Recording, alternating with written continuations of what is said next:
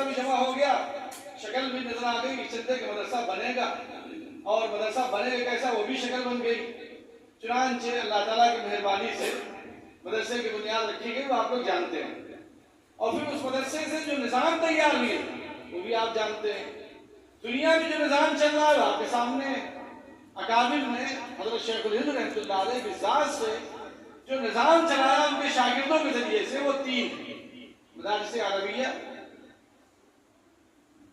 जमीयत उलमा हिंद, और उसका आगे पीछे का पहला निज़ाम हजरत ने सब पहले 1878 में अंजुमन सबरुद्दीन तरबिया शुरू किया था। मौलाना अबूबकर सिंधी को उसका जिम्मेदार बनाया, और जमात तबलीग मौलाना, ये वो निज़ाम है जो चल रहे हैं, और अल्लाह ताला की मेहरबानी से वो निज़ाम आप तक पहुंचा हुआ है, और ये निज़ाम चलता रहेगा, ये निज़ाम चलता रहेगा इंशाअल्लाह।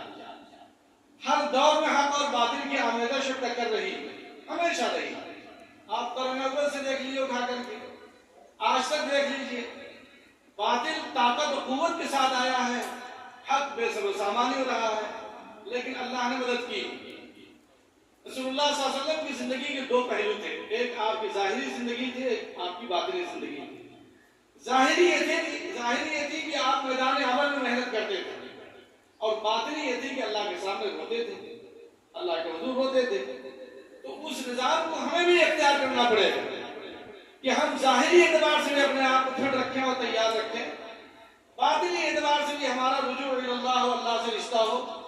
जमीयत उलमा हिंद ने जनाब रसूलुल्लाह सल्लल्लाहु अलैहि वसल्लम की जिंदगी को सामने रखते हुए तमाम उन पहलुओं को अपनी तामीरी कामों के निज़ाम का हिस्सा बनाया।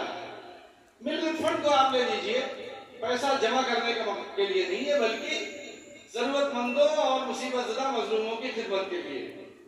ये एक बेहतरीन निज़ाम बनाया गया कि आप अपने इलाके में काम करें, जरूरतमंदों को वहां जमा करें और वहां खर्च करें, वहां जमा करें और वहां खर्च करें, ताकि उनकी जरूरतें पूरी होती रहें। जमीयत की उस कलम को खड़ा किया गया ताकि हमारा नौजवान ज़हनी, जिस्मानी, फिक्री, सेहत के एतबार से सेहतमंद हो, नफाबख्श हो, ताकतवर हो।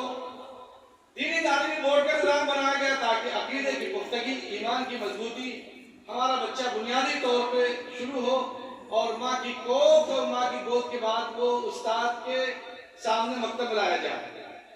यहाँ मैं एक बात अर्ज करना चाहता हूँ, 1954 में जमीयत उलमा हिंद ने फैसला लिया था, अगर आपके पास तज़किरा फ़िदाए मिल्लत हो और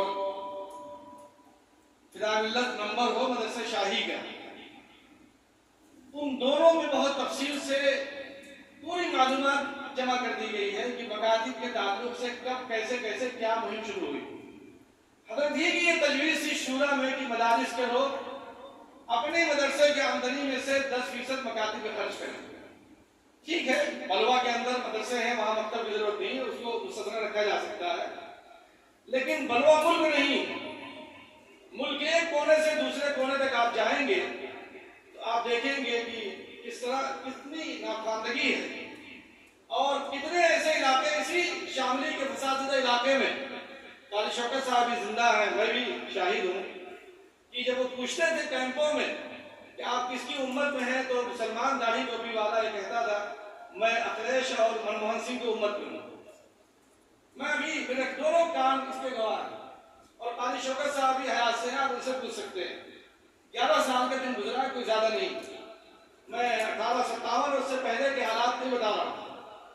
तो मकातिब की जरूरत, हिफाजियत और अहमियत मदारिस के लोग ये क्यों भूल रहे हैं कि हमारे बच्चे कम हो जाएंगे, बल्कि अगर आप ये निज़ाम बना लें कि आपके इलाके से 25 किलोमीटर तक कितने गांव आते हैं, उन गांव में आप एक मक्तब बनाइए, वहां अपने मदरसे का बोर्ड लगा दीजिए, वो आपके मदरसे की शाख होगी। आपके मदरसे में किसी वजह से 200 बच्चे हैं और आपने 25 मकातिब का निज़ाम और शुरू करा दिया, आपने अपने यहाँ एक मुअल्लिम रख लिया निगरान, और वो उन 25 मकातिब को निगरानी कर रहा है। निगरानी में 25 मकातिब अगर आपके शुरू होते हैं, और अगर 25 मकातिब में 100 बच्चे दाखिल हो जाते हैं, तो यहाँ 200 थे और वो 2500 2700 बच्चे आपके मदरसे के हो गए, वो आपके बच्चे हैं, आपका मदरसा है, आपका बोर्ड लगा हुआ है। अपनी रुदात में, अपनी रिपोर्टों में, दुनिया में, चंद दहलीगान में लोगों से ये बात आप बता सकते हैं कि ये मकतब, ये मदरसा, इस मदरसे के तहत ये मकतब चल रहा है और ये मुअल्लिम हैं जिनको रखा गया है इसकी निगरानी के लिए। होता क्या है, नर्सरी में या इंग्लिश मीडियम स्कूलों में बच्चे खूबसूरत कपड़ों में, खूबसूरत ड्रेस में, खूबसूरत बैग में, फीस और पैसे के साथ, टिफिन के साथ आते हैं और सीने से लगा हुआ या पीठ पे उनका बस्ता होता है तो उनके अंदर एक जज्बा और दाहिया पैदा होता है कि पढ़ने जा रहे हैं। हमारे बच्चे जो बुनियादी तौर पर मकातिब में आ रहे हैं वो भी सलीके के साथ जैसे बच्चियां और बच्चे आए थे तो एहसास कंदरी में बजाय मुबतला होने के उनके अंदर एक एहसास पैदा होगा कि हम मिल्लत के मुआमिन और मुहाफिज हैं, हम दीन के मुहाफिज होंगे इंशाअल्लाह, हम सही कलमा सीखेंगे, सही ईमान मुजमल और ईमान मुफस्सल को हम पढ़ेंगे और समझेंगे। फिर वो बच्चा उस शौक और जज्बे के साथ अपने उस्ताद के पास जाएगा।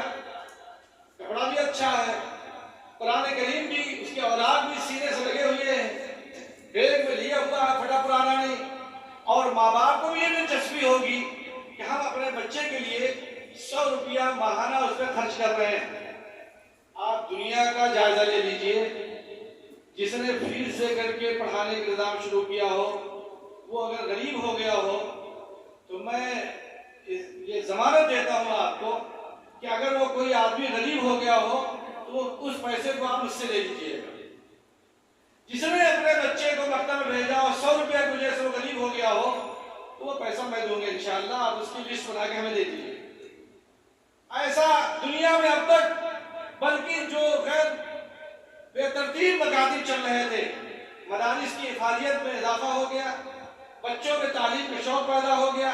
उसके लिए आपको पेरेंट्स से मीटिंग करनी पड़ेगी, पहले माँ बाप को तैयार करना पड़ेगा। माँ बाप को आप तैयार करते नहीं, माँ बाप को आप दीनी जरूरतों को सिखाते बतलाते नहीं, आप उन्हें बतलाएं और दिखलाएं, समझाएं। ताकि यहाँ प्रोजेक्टर में चीजें पेश की गई होती वो यहाँ नहीं हुई। मौलाना वैद साहब और हमारे दूसरे जी मौलाना सनाउल्लाह साहब ये हज़रात तशरीफ लाए थे तो यहाँ इसको रखना चाहिए था, प्रेजेंटेशन करते आपके सामने। गैर मुनज़्ज़म मकतब को आप देखते और फिर मुनज़्ज़म मकतब को आप देखते। गैर मुनज़्ज़म, फटा पुराना, गंदा, ना भी बह रही है, जिस्म भी खराब है, जिस हाल में आया खेल कूद करके चला गया, ना उस्ताद को फिक्र, ना माँ बाप को फिक्र, ना बच्चे को। तो भाई इनमें नूर है, उसके लिए कोशिश करनी पड़ेगी, तब वो सही माना में दाखिल होगा। असातिज़ा जो काम करने वाले हैं, अब माल का और डांट का दौर खत्म हो गया। पिदराना शफकत में उन्हें मोहब्बत के साथ, शफकत के साथ जिस तरह से स्कूलों में, नर्सरियों में बच्चों को टीचरें पढ़ाती, उस लिहाज से उनके सामने आपको आना पड़ेगा और खड़ा होना पड़ेगा। शफकत के साथ बच्चे के इस्तेक़बाल कीजिए, उसको कुछ इनाम दीजिए, उसकी पजीराई कीजिए, ताकि वो बच्चा जाए घर तो उस सिलसिले में अपने घर वालों को बताए और रोजाना उसकी डायरी बनवाइए। आज आपने दिन भर में क्या काम किया, मैं कहता हूँ यहाँ जब लोग हैं, आप पूछ लीजिए, मौलाना वासिफ साहब की, मौलाना इरफान साहब की, आप डायरी बनवाए करेंगे। डायरी बनवाइए और रोजाना उसमें लिखिए कि आज इस बच्चे ने ये काम किया, खुद अपने हाथ से लिखे हो, लिखने की आदत हो जाए। उस अच्छे काम की आप सराहना कीजिए। बल्कि इसके आगे एक बात आप नोट कर लें कि उस्ताद उसके किसी अच्छे काम को उसके कागज में लिख कर उसे दे दे कि तुम ये ले जाओ और अपनी अम्मी को दे देना।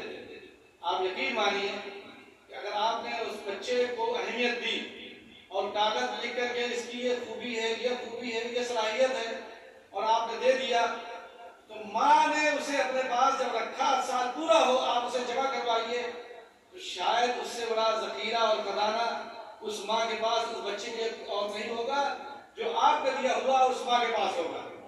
तो मकातिब आपके लिए मुफीद है, इसलिए कि अभी पूरे मुल्क में 4% भी मकातिब 42,000 बता रहे थे, 22 लाख बच्चे हैं। तो जरा बच्चों की आप तादाद देखिए ना, बच्चे हैं कहाँ जा रहे हैं। हुकूमतों का हाल ये है कि मकातीब अभी बहुत सारे इलाकों में हालात हैं, उससे परेशान होने की जरूरत नहीं। इंशाअल्लाह हालात दुरुस्त भी होंगे और अल्लाह ने चाहा तो वो निज़ाम चलेगा, उसमें कोई फर्क नहीं पड़ेगा, लेकिन मुतवज्जे होने की जरूरत है।